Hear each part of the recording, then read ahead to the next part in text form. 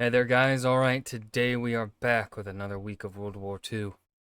Week 16, the 15th of December, 1939. Hey, that's my birthday. Perkele, Finland strikes back. Dun dun dun. Now, before I dive in, if you hear anything wrong with my throat, that is because I might be coming down with something.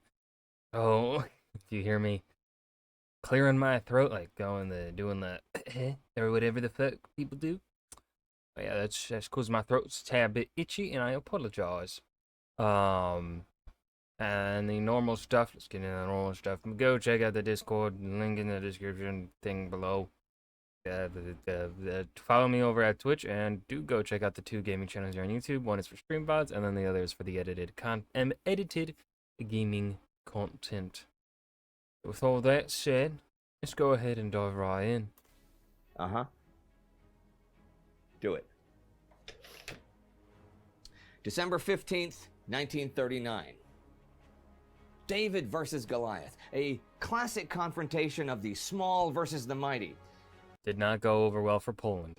Of course, there is most often no fairy tale ending, and the mighty crushes the small, but this week, it's just like the very first time. This week, David wins. Ooh, let's go.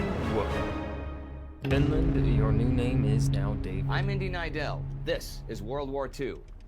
Last week, the Soviet invasion of Finland really got going, though the Finns were holding off the attackers, and doctors were overseeing the deaths of mental patients in occupied Poland. There is another offensive going on besides the Soviet one this week. On December 10th, Chinese nationalist forces attacked the Japanese on Henglingwan Pass, south of Jingshan in northern China. Over the next 3 weeks, this attack will drive the Japanese out of the region.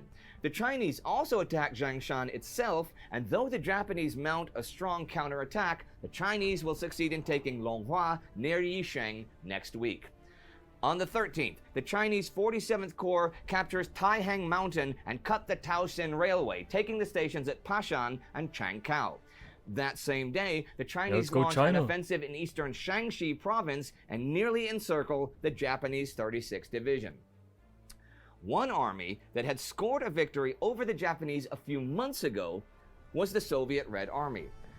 It's a pretty unknown quantity at this point. I mean, sure, they'd had that big victory at Khalkhin Gol, but the Japanese they were fighting were used to fighting barefoot Chinese with no air support and almost no armor. They had been stunned by the Russian Air Force and then a blitzkrieg-style campaign on the wide-open Mongolian plains. Well, Finland, where the Red Army is now fighting, is as far as you could get from wide-open Mongolian plains. Yep. Still, Soviet Defense Commissar Kliment Voroshilov believed that the war would only take the soldiers and reserves on hand in the Leningrad military district to win. There were, of course, generals that disagreed, but Joseph Stalin was not worried and dismissed their reports. Oh, good. This is Stalin is so good at his job. from the memoirs of N.N. Voronov, Chief Marshal of the Artillery. In late November, he went to Kirill Meretskov's headquarters to meet with Artillery Officer Kulik and Commissar Meklis. They asked him about stocking up ammunition for the artillery for the coming Finland campaign. Voronov said it all depends how long they plan for the operation. They said 10 to 12 days. Voronov had, in fact, looked at a map of Finland, and he didn't at all buy this. He said this is going to take 2 or 3 months. Kulik and Meklis laughed at this and told him to just base his assumptions on no more than 12 days for the whole operation. Well, 12 days to take a whole country. Roughly the size of Poland, but Poland is a rather open plains type country, whereas Finland is woods. I don't think that's going to go. I don't think that's going to go the way you think it's going to go. Poland held out longer than 12 days against the Germans and a Russian invasion force. I don't think Finland is going to go down in 12 days against one. Especially with such geographical differences between the two countries. this week sees those first 12 days come and go. Yep. And the Winter War is just getting going. On the 9th, the Finns stopped the Soviet Ninth Army near Suomussalmi. 2 days later there, the entire Soviet 163rd Division is cut off. Oh, the Red shit. Army forces are much larger, but reinforcements have to come down a narrow earth road surrounded by impenetrable forest. The Finns send out ski patrols by night to go behind the front and attack and destroy enemy supply columns. Thing is, the Red Army is woefully under-equipped for a winter war. There are divisions issued manuals on ski tactics, but no skis. It took several weeks for the Soviets to even get around to painting their tanks white to blend in with the snow. But in the south, on the Karelian Isthmus, the only place where you could have large-scale military maneuvers, they attack again at Taipale on the 14th. This starts with a heavy pre-dawn artillery barrage. The Finnish artillery does not respond. At 11:30, the barrage stops, and 50 tanks in 2 formations, followed by an entire infantry division, advance on the Finns. The tanks open fire. But then, so now does the Finnish artillery, which has, like last week, pre-plotted the entire region, and it breaks up the Soviet advance in 5 minutes, forcing their quick retreat, 5 leaving minutes? behind the burning wrecks of 18 tanks. Taipale was a slaughterhouse for the Russians. The last half kilometer of any approach to the Finnish lines had to be made across wide sheets of open ice. The Russian attacks formed in the open, approached in the open, and were pressed home in the open against an entrenched defender well supplied with machine guns. The tanks moved in ungainly clumps, and the infantry attacked in dense human wave formations. It was the Somme in miniature. To the Finns who witnessed these attacks, it seemed beyond belief that any army, no matter how fatalistic its ideology or inexhaustible its supply of manpower, would continue to mount attack after attack across such billiard table terrain. Meanwhile, north of Lake Ladoga, Finnish commander Carl Gustav Mannerheim has called in reinforcements for the men defending at Tolvajärvi to try to stop the Soviet advance that threatens the railway, their main supply artery to the isthmus. The Finns plan a counterattack for the 11th, but the Russians jumped the gun the night before. A Russian battalion penetrates the forest north of Lake Tolvajärvi and hits the Finnish supply line behind the main army positions. There is no defense here, just field kitchens, and the Finns should be routed. Instead, the attackers stop to eat from large simmering vats of sausage soup, and all momentum is lost. An improvised counterattack largely composed of cooks, clerks, and medics, organized and personally led by Aaro Pajari, an attack known to posterity as the Sausage War, A sausage war. Isn't that all wars? Because all wars are typically just fought by the men. follows. This is one of the few instances of bayonet fighting in this winter war, and is brutal close-quarters combat. But when some Finnish frontline troops finally arrive at 4 a.m., the Russians retreat.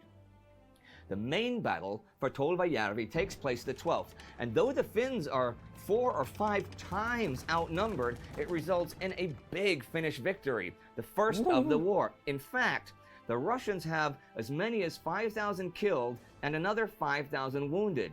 The Finns just around 100 killed and another couple hundred wounded. Damn. Yep. The Russians took around 50 times as many casualties. This is not only great for Finnish morale, it makes heroes of Finnish officers Pajari and Paavo Talvela.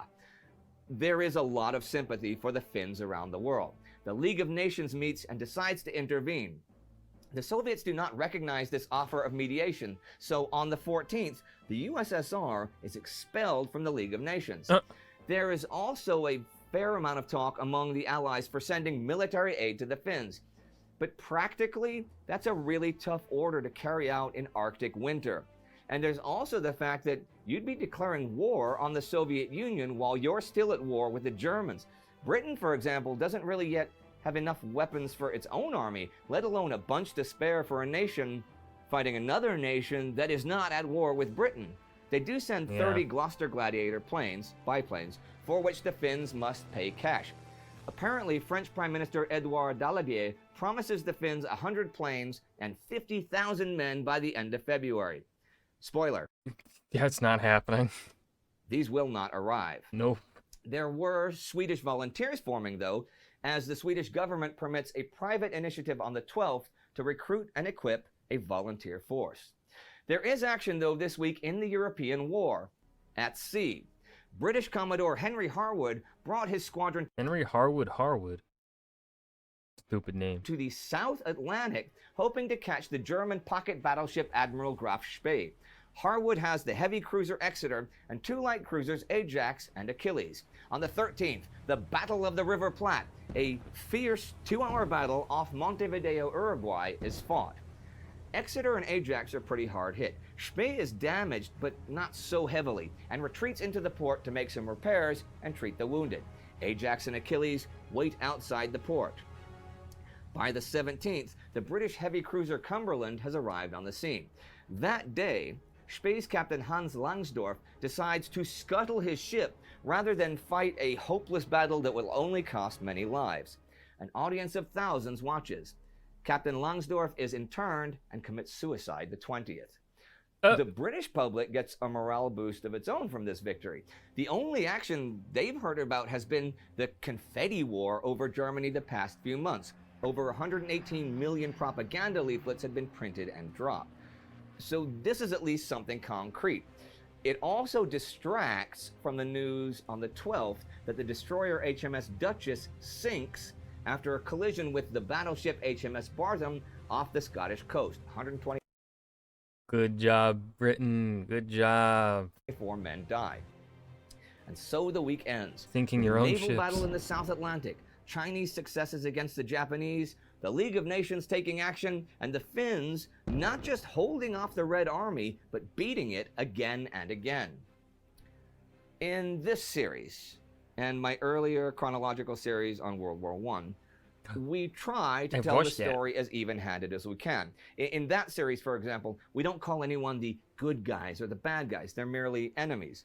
This series is a bit different, with all of the instant atrocities committed by both the Germans and the Soviets against the beaten Poles, and what the Nazis have planned for the future. I get that it's a lot more obvious who the bad guys maybe are, but our goal is still our goal. And I do have to say today that for all of its incompetence in terms of leadership and tactics, the Soviet Red Army is one of the world's mightiest fighting forces, and it has an almost inexhaustible supply of men. So when that army invades a country a fraction of its size, and the defenders, at this point, are beating the pants off the mighty invader, I have to say this. Way to go, Finland! If you want to see another naval episode, one with swashbuckling action on the high seas as the Orgel plays cat and dog with the Soviet Navy and the German Kriegsmarine, it's right here. Oh. We watched the remaster of that episode. And that was Perkele.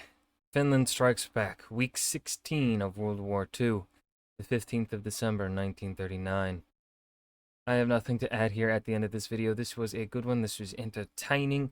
It's always good to see Finland kicking Soviet ass. Yeah, I hope you guys enjoyed as well. Remember to hit that like button and subscribe for more. I will see you guys in the next video. Peace.